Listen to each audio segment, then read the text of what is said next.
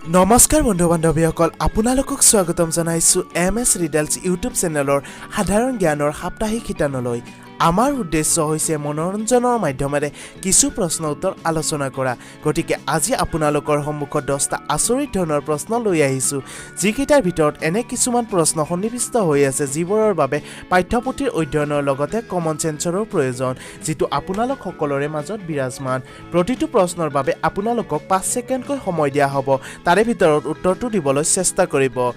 আপোনালোকে নিজকে নিজে পৰীক্ষা কৰি চাওকচোন আৰু 10টা প্ৰশ্নৰ ভিতৰত আপোনালোকে কেইটা শুদ্ধ উত্তৰ দিব পাৰিছে আমাক কমেন্ট কৰি নিশ্চয় জনাব হেকৰ পিনে আপোনালোকৰ বাবে এটি প্ৰশ্ন থাকিব যিটোৰ উত্তৰ কমেন্ট কৰি জনাব লাগিব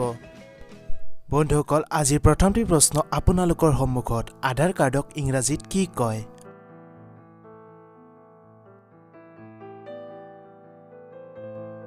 উত্তৰটি হৈছে unique identification authority of India আজিৰ দ্বিতীয়টি প্ৰশ্ন মানুহ মৰাৰ পিছত কিমান ওজন কমি যায়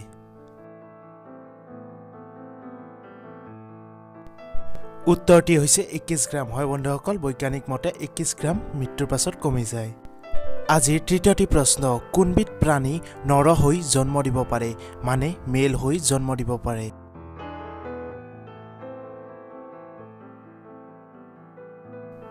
উত্তৰটি হ'ব সামুদ্ৰিক ঘোঁৰা আজিৰ 4 নম্বৰ প্ৰশ্নটি মানুহৰ শৰীৰৰ কোনটো অংগত হাড় নাই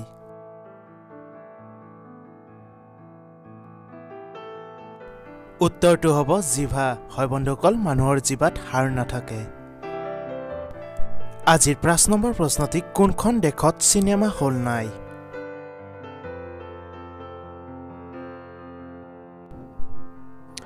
উত্তৰটি হ'ব ভূটান হয় বন্ধুসকল ভূটানত কোনো ধৰণৰ চিনেমা হল নাই আজি 6 নম্বৰ প্ৰশ্নটি হৈছে কি চৰাই অকল বৰষুণৰ পানী খায়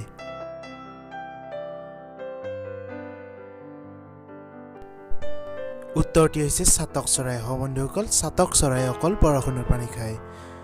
আজিৰ 7 নম্বৰ প্ৰশ্নটি হৈছে পৃথিৱীত কেতিয়া দিন ৰাতি সমান হয়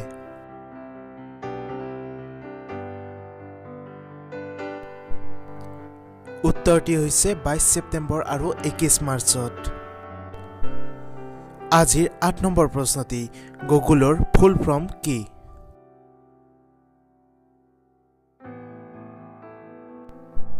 উত্তৰটি হৈছে global organisation of oriented group language art 9 নম্বৰ প্ৰশ্নটি হৈছে মানুহে টোপনি যোৱাৰ পিছত কোনটো অংগ ডাঙৰ হয়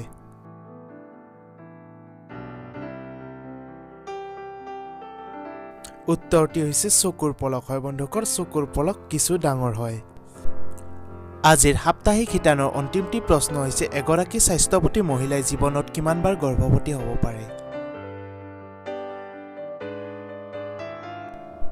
উত্তৰটি হৈছে 40 বাৰ হয় বন্ধুসকল বৈজ্ঞানিক ভিত্তিত এগৰাকী স্বাস্থ্যৱতী মহিলাই 40 বাৰ গৰ্ভৱতী হ'ব পাৰে আজিৰ এই খণ্ডটো আপোনালোকৰ কেনেকুৱা লাগিল কমেন্ট কৰি নিশ্চয় জনাব লগতে যদি ভাল লাগিছে এটা লাইক কৰিব নাপাহৰিব আৰু আগলৈ ভিডিঅ' পাই থাকিবলৈ আমাৰ চেনেলটো সাবস্ক্ৰাইব কৰি দিব আৰু অতি সোনকালে আপোনালোকলৈ বুলি আমি ৰিডেলছ ভিডিঅ' আনিম এতিয়া আপোনালোকৰ বাবে এইটো প্ৰশ্ন এটুকুৰা ৰছী এবাৰ কাটিলে দুভাগ হয় যদি 3 বাৰ কটা হয় তেন্তে কেইভাগ হ'ব এই প্ৰশ্নৰ উত্তৰটি আপোনালোকে কমেন্ট বক্সত দিব আৰু অহা ভিডিঅ'টিত আপোনালোকৰ নাম উল্লেখ কৰা হ'ব তেনেহলে আজিলৈ লৈছো বিদায় অহা ভিডিঅ'টিত লগ পোৱাৰ আশাৰে ধন্যবাদ জয় আই অসম